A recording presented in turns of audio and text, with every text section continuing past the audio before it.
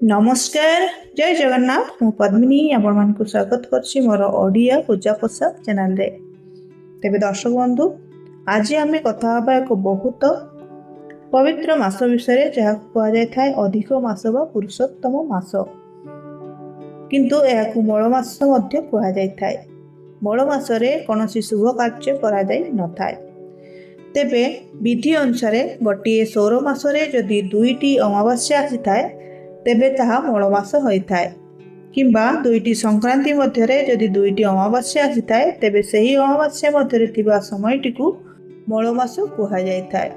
आमर ज्योतिष शास्त्र अनुसार सर्वप्रथमे कृष्ण पक्ष और परे शुक्ल पक्ष आसी थाए किंतु मल मासरे सर्वप्रथमे शुक्ल पक्ष और परे कृष्ण पक्ष आसी थाए।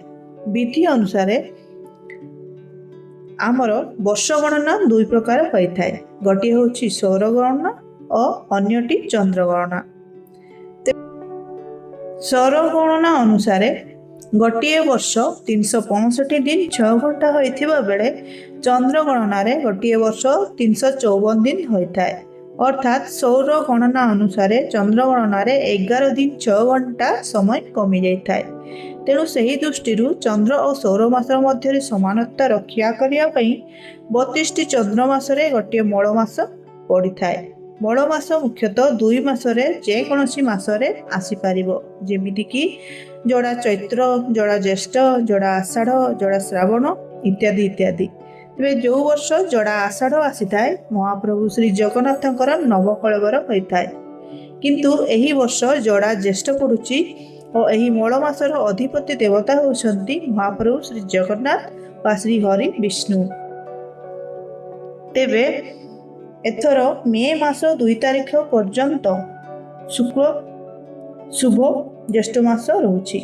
मल मास 17 मे 2026 रविवार रु आरंभ हो 15 जून 2026 सोमवार पर्यंत रहिबो। अर्थात मल मास को अशुभ समय बोली कहा जाए किंतु मल मास समय रे कौन शुभ कार्य करा जाई न थाए। विवाह व्रत इत्यादि इत्यादि कौन शुभ कार्य यही मल मासरे करा जाई न थाए। तेबे मल मासटा अधिक मास होइथिबारे गोटे गोटे जगह फंपा मास मध्य कहा जाय थाए। तेबे एही समय रे कौनसी शुभ कार्य करा जाई न थाए किंतु एही मास को भगवान विष्णुଙ୍କର विशेष मास बोली मना जाय थाए। कहा जाए एही समय रे भक्ति पूजा दान और सत्कर्म कले बहुत शुभ फल मिलता है। तेबे एही अधिक मासरे कौन करबा उचित केउ काम शुभ केउ काम एड़ाइबा उचित आजिर एही वीडियो रे आम सब किछि जानिबा सहज ओडिया भाषा रे किंतु वीडियोटी को लास्ट पर्यंत निश्चय देखिबे।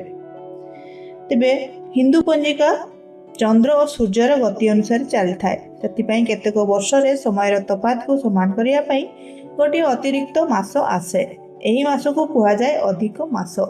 एही मास को पुरुषोत्तम मास भी कहा जाय थाए कारण भगवान विष्णु एही मास को निज नाम देइथिले। तेबे पुराण अनुसार एही मास प्रथमे अवहेलित थिला किंतु भगवान विष्णु एहाकू आशीर्वाद देई कहिथिले जे माने एही मासरे भक्ति और सत्कर्म करिवे से माने विशेष पुण्य अर्जन करिवे। सेथिपई एही मास को पवित्र मना जिबा संगे संगे मल मास बोली मध्य मना जाय थाए। एही मासरे भगवान विष्णु और श्रीकृष्ण पूजा बहुत शुभ बोली मना जाय थाए। यदि प्रतिदिन सकाळे एही मल मास समय रे दीप जळीबे तुलसी को पानी देबे भगवान नाम जप करिवे तले बहुत शुभ फल मिलिबो। आपण एही मंत्र मध्य कहि पारिबे जोटा कि होछि भगवान श्री हरिकर मंत्र ओम नमो भगवते वासुदेवाय किंबा कलिजुगर महामंत्र जेमति कि हरे कृष्ण कृष्ण कृष्ण हरे हरे हरे राम राम राम हरे हरे एही मंत्र को मध्य जप करि पारिबे।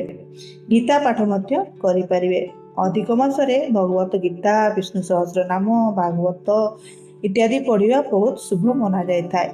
एही समय रे दान पुण्य मध्य अशेष करि पारिबे। दान करिवार विशेष महत्व रही। गरीब लोक को खाइबा दे पारिबे गाई को रुटी दे पारिबे पक्षी को दाना दे पारिबे। छोट भल काम भी बहुत पुण्य दे थाए एही मासरे। ତେବେ ଦର୍ଶକ ବନ୍ଧୁ ଏହି ମାସରେ କେତେକ କାମ ଏଡ଼ାଇବାକୁ ମଧ୍ୟ କୁହାଯାଇଥାଏ, ଯେମିତିକି ଅଧିକ ରାଗ, ଝଗଡ଼ା, ଖରାପ କଥା ଏଡ଼ାଇବା ଉଚିତ। ସବୁବେଳେ ନେଗେଟିଭ୍ ଭାବିବା ମନକୁ ଦୁର୍ବଳ କରିଥାଏ। ଏହି ସମୟରେ ପଜିଟିଭ୍ ରହିବା ଭଲ।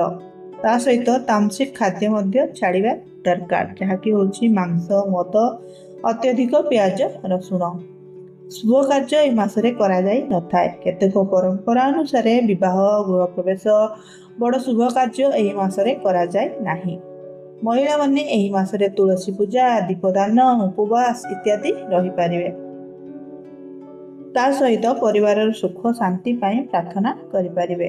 କୁହାଯାଏ ଭକ୍ତି ସହିତ କରାଯାଇଥିବା ପ୍ରାର୍ଥନା ଘରକୁ ପଜିଟିଭ୍ ଏନର୍ଜିରେ ଭରପୁର କରିଦେଇଥାଏ।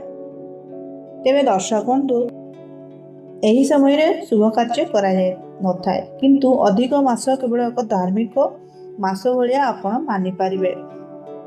ତେବେ ଏହା କେବଳ ଧାର୍ମିକ ମାସ ନୁହେଁ, ନିଜ ମନକୁ ଶାନ୍ତ କରିବାର ସମୟ, ଭଲ କାମ କରିବାର ସମୟ, ଭଗବାନଙ୍କୁ ନିକଟତର ଅନୁଭବ କରିବାର ସମୟ। ସବୁଠାରୁ ବଡ଼ କଥା ହେଉଛି ସତ୍ୟ ମନରୁ କରାଯାଇଥିବା ଭକ୍ତି କେବେ ବ୍ୟର୍ଥ ଯାଏ ନାହିଁ। ଯଦି ଆପଣଙ୍କୁ ଏହି ଭିଡ଼ିଓ ଭଲ ଲାଗିଥାଏ ତେବେ ଲାଇକ୍ କରନ୍ତୁ, ସେୟାର କରନ୍ତୁ, ଚ୍ୟାନେଲକୁ ସବସ୍କ୍ରାଇବ୍ କରନ୍ତୁ। ନମସ୍କାର, ଜୟ ଜଗନ୍ନାଥ।